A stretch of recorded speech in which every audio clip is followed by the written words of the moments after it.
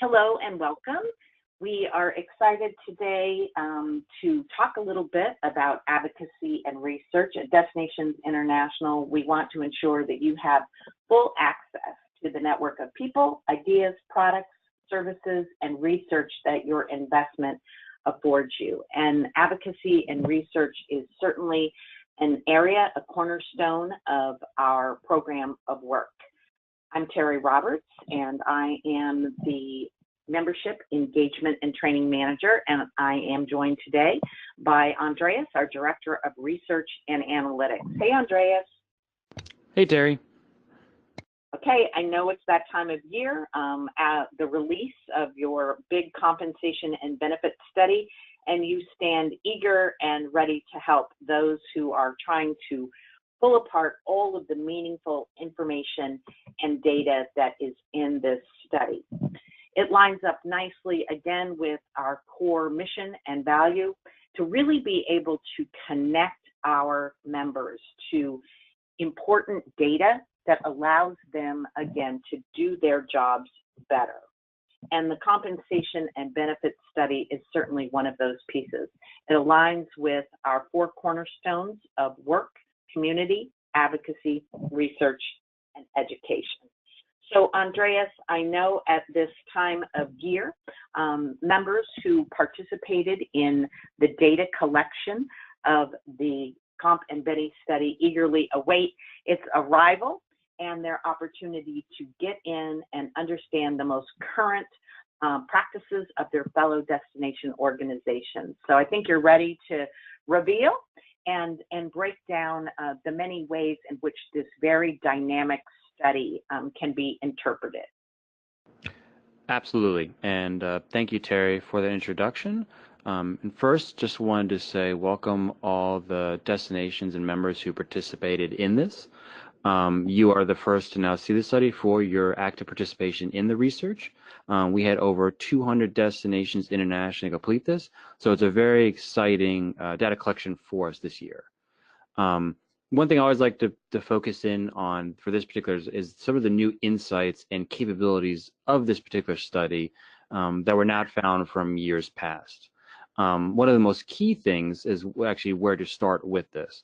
So as you've gained entrance to the compensation and benefits platform, which I'd like to highlight, we have a very simple start here indicator.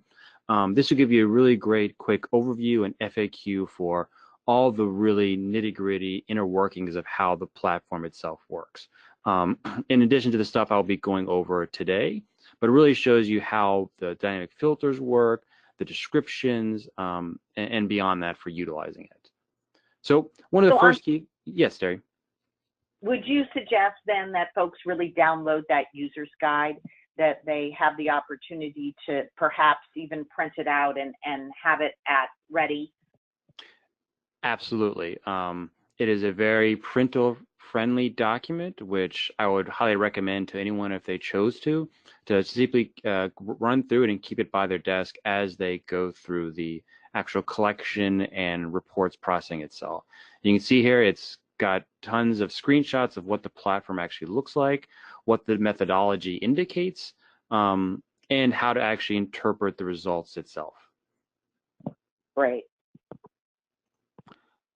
So one of the very first key marquee things about this study is the capability of aggregating the data based upon your chosen filter sets. In years past, the data was delivered to members in only simply the operating budget range breakdown, but now you can see on the left-hand side how many different filter types you can select to show the data. You can see here all the reports are dynamic except for one, and I will talk about that later. And what that means is where you see the term filterable, that means that these reports will all dynamically change based upon the filters you select here. And that's important because as you are thinking about your compensation and benefits, you should be thinking about what matches us as a comp segment in size. And size can mean a lot of different things to a lot of different destinations. One common one is operating budget, but it also allows you to look at how do we compare in terms of geographic region, in addition to number of full-time employees. So Andreas, I know go ahead. that I know you've mentioned to me many times that it's so important that people sort of explore these filters, that many people aren't really aware of the dynamic nature of this report, and they're still thinking of it as the old static report that it used to be. Absolutely, and I'll kind of run through a really good example of how I've seen that. So to start using the filters, you'll notice right here in the top right corner an edit button. So once you select edit, you'll see now you can have a few of these filters be multi-select or drop downs or actually sliders for how to utilize. So I'm going to focus on one for right now, being the number of full-time employees. So if I scroll slightly down here, you'll see an add button. And what it allows me to do is actually either select a manual slider left and right for the minimum and maximum values, or I can simply enter it in. So for purposes of this example, I'm going to type in a minimum of 25 full-time employees to 50 employees. Once I've completed my filters that I want to utilize, I'm going to go scroll back up here again and click done. And now my filter is set. I also have the capability of, if I sort of go down the rabbit hole deeper and really want to save this particular filter set, I can actually select in the top right corner, save as a favorite. What will happen is then it will add to my drop down of favorites, and this then will be accessible all throughout the platform, so you won't have to go back through and reselect those items. You can simply hit a drop down to selecting this. So now that my filter's been set, all these reports that actually show the filterable will have now been re-aggregated based upon this dynamic filter set. So I'm going to show a quick example of what that would look like. So I'm going to start off here as the all data one. Basically, this is an Excel worksheet of all the questions asked in the results and their median format. You can see here in blue is actually a description of what each of the different types of reports mean. So to actually generate it, what you'll do is actually click on the text right here next to the icons of what they indicate. So I'm going to select all data filterable, and the report will now generate and download to your local machine. So I'm using, for purposes of this, Google Chrome. So you can see it's downloaded in the bottom left corner. So I can select it here. The report will now generate.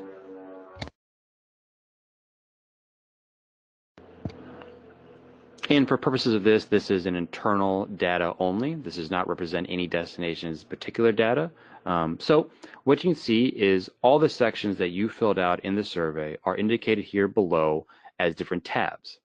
By default, the document comes locked. So you would just simply, if you choose to edit anything, you can actually select Enable Editing, and the Excel document is now fully editable.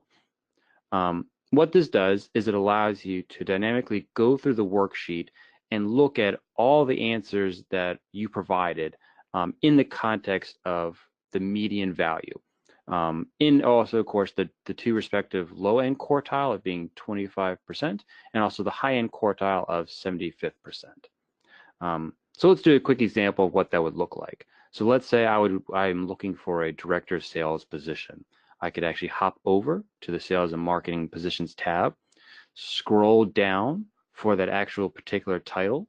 So in this case, you see it starts at sort of the very top. This is a VP of Convention Sales.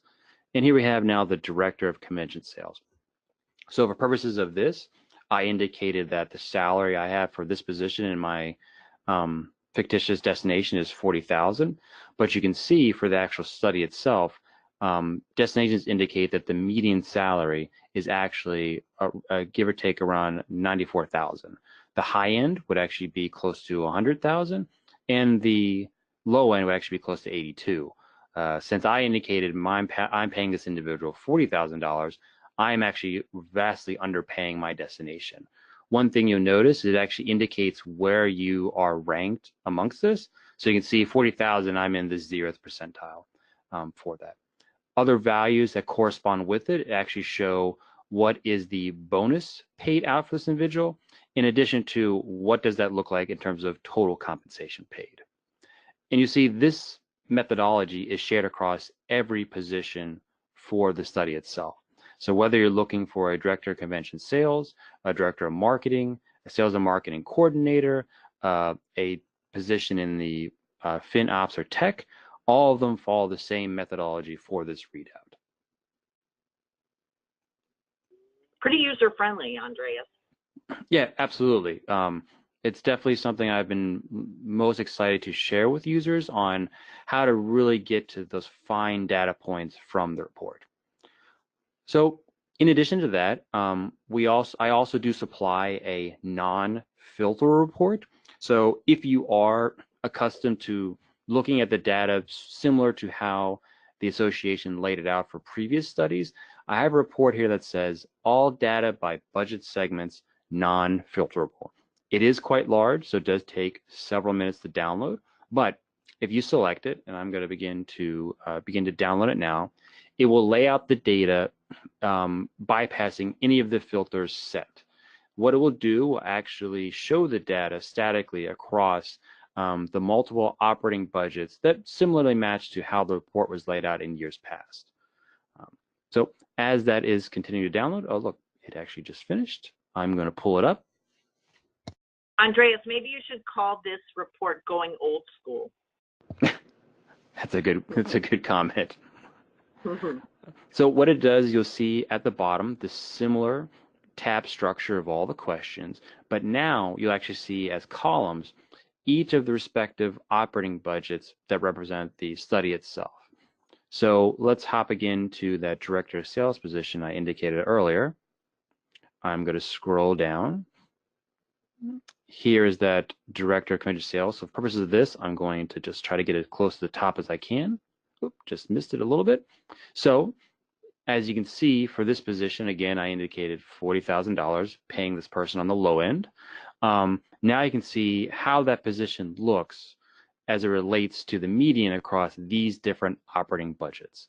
So you can see, if you are a destination in the 5 million to 10 million range, the median salary for this position is $96,000. If you do not see this value in here, that means that either one of two things, destinations of this size did not indicate they had this position, or less than 5 filled it out to compare it. The survey, to make a comp segment, has to have at least 5 destinations who match the filter set to provide an answer for it.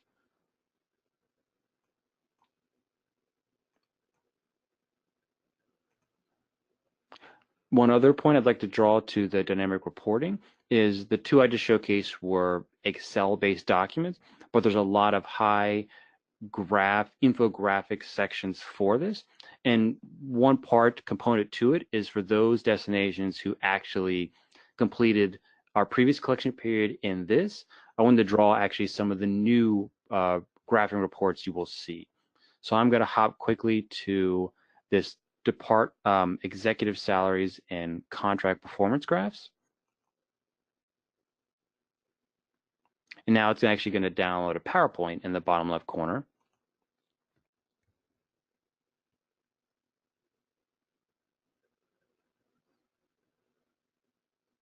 And you can see here as it opened, it shows me the active filters I utilized, the methodology of reading the results, and also how some of the data is displayed. So what I'm going to quickly hop to is a year-over-year report. New for this year, it actually will show you the data from when you completed the previous collection round to this collection round. I think this is very important to see because it actually showcases how your compensation has either increased, decreased, or stayed flat in respective to how you are with the industry. So you can see here, this dark blue line is my organization, and below it are actually the 75th quartile, 50th quartile, and also the 25th. So you can see here, I'm actually paying my executive positions higher than the industry itself. So that's a very good takeaway to actually, I would say, report back to your staff as a director of a department of either HR or finance. Yeah, this view, Andreas, I think is really cool. The Excel view obviously provides a nice sit down for analysis, but when you're talking about doing a presentation or doing a one-on-one meeting, perhaps with an associate, this view really is a nice dynamic way for them to understand the information. Absolutely. I understand being a director of research, my natural comfort position is just seeing raw numbers in Excel, but I acknowledge that that's not for everyone. So that's why we really have the platform trying to build for many individuals in mind. As you can see, this report, single report, gives close to almost 30 different dynamic graphs displaying the data as it relates to this segment. So it is really beneficial to explore all the various capacities of the report to get the most out of it. And you can see it's a mix between bar graphs, line graphs, and even some pie charts too you'll find across it. Super cool. One of the couple last things about this filter set I would like to showcase is also the peer clustering capability. So if you choose to actually not utilize the ranges of these filter sets, you can actually choose individual destinations to compare data to. So one thing I have to draw the attention is that you will never see an individual destination's responses. You have to select at least 5 destinations for it to even produce an aggregate result. So you'll never be able to see what those 5 individual destinations are. So to proceed with doing that, you'll actually drop down here to the very bottom where it says peer cluster, and you'll select new. From there, you'll do a name of your peer clustering. I used to work at a previous destination, so a very common peer cluster we used to look at would be those of our STR segment, our hotel competitors. So let's say I'm going to type in STR comp segment, and this can be dynamic to whatever you would like to name it as. And I'm going to select OK. From this screen, it allows me to select a minimum of 5 destinations to create a peer cluster. So for purposes of this, I could either manually type in destinations in here, or I can go through and manually scroll down and choose them. One thing to note, the destination has had to have filled this survey out for their data to participate into it. I'm just going to keep selecting several in here. Once you feel you've gotten a good segmentation from it, you can actually select save, and now that peer clustering will be available in your drop down here. And you see here I have STR comp segment for it.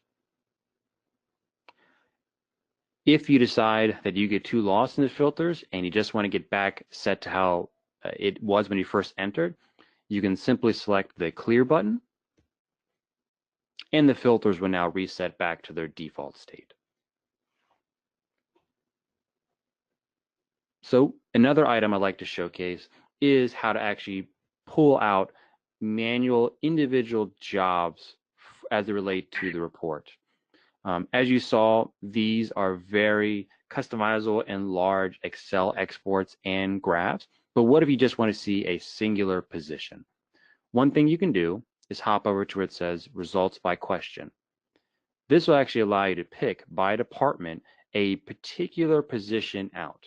So let's go back to that director of sales position I was talking about earlier. I'm going to hop to results by question, scroll down to where it says sales and marketing positions, and I'm going to select sales and marketing salary details. From here, you'll see a familiar filter set from what matched the other one.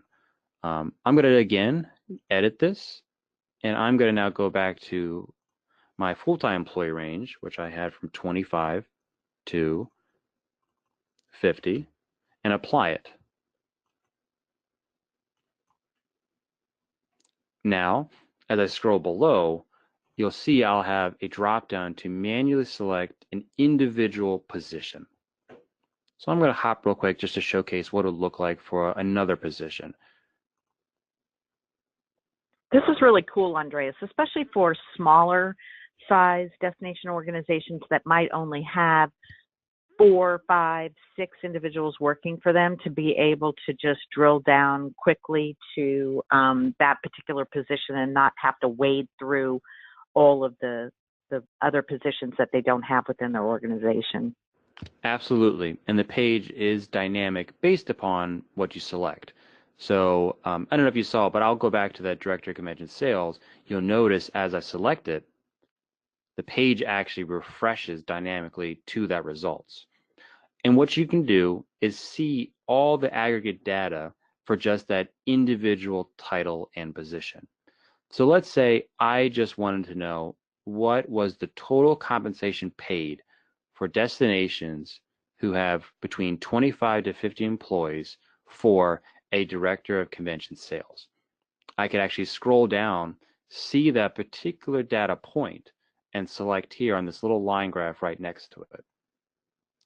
This now actually shows me plotted where my result is, the filters I had selected, and what are the 25th, 50%, and 75% quartile as they relate to median. In addition, I can actually download this particular graph as a PDF or as a PowerPoint.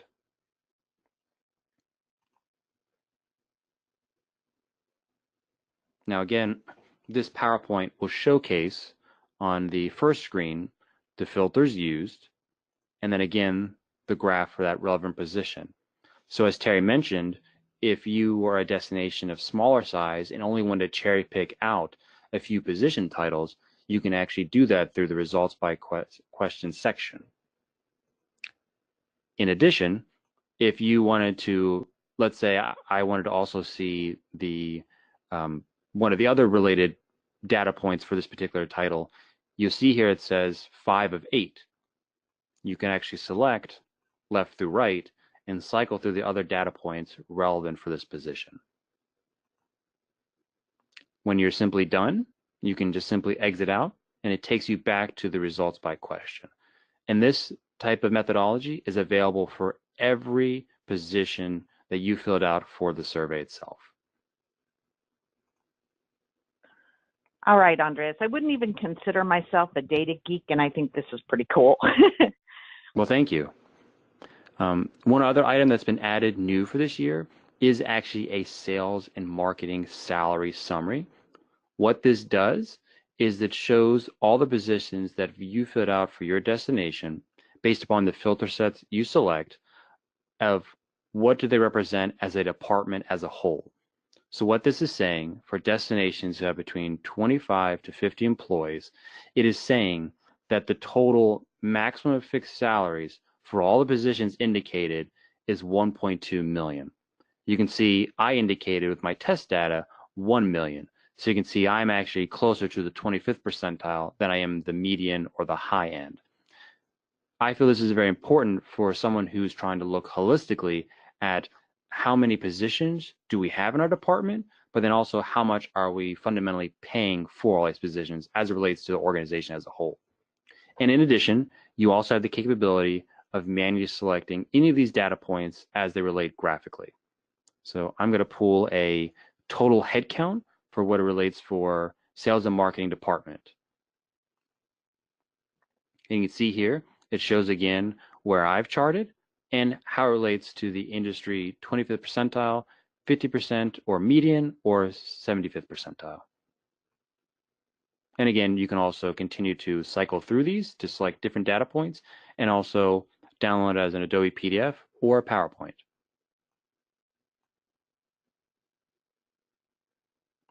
One of my last final things I would like to showcase is actually another new section, which is our KPIs, or Key Performance Indicator Graphs. This is actually present on not only the results by questions, but also the results all reports. I'm going to continue just to leave for purposes of this, the filter set between 25 to 50 employees, and I'm going to hop down to this Key Performance Indicator Graphs. What this does is actually showcase some key performance indicators as they relate to not only salary, but also benefits and insurance. So you can see similarly that shows the number of the filters selected, the methodology, and also how to read the graphs itself. From here, for those destinations who actually completed the prior year, it will pull your data into it and show it as a comparison to year over year. What I like to focus on is budget per full-time employee, revenue by full-time employee, but most importantly, I like to focus on this one, benefits expense per full-time employee.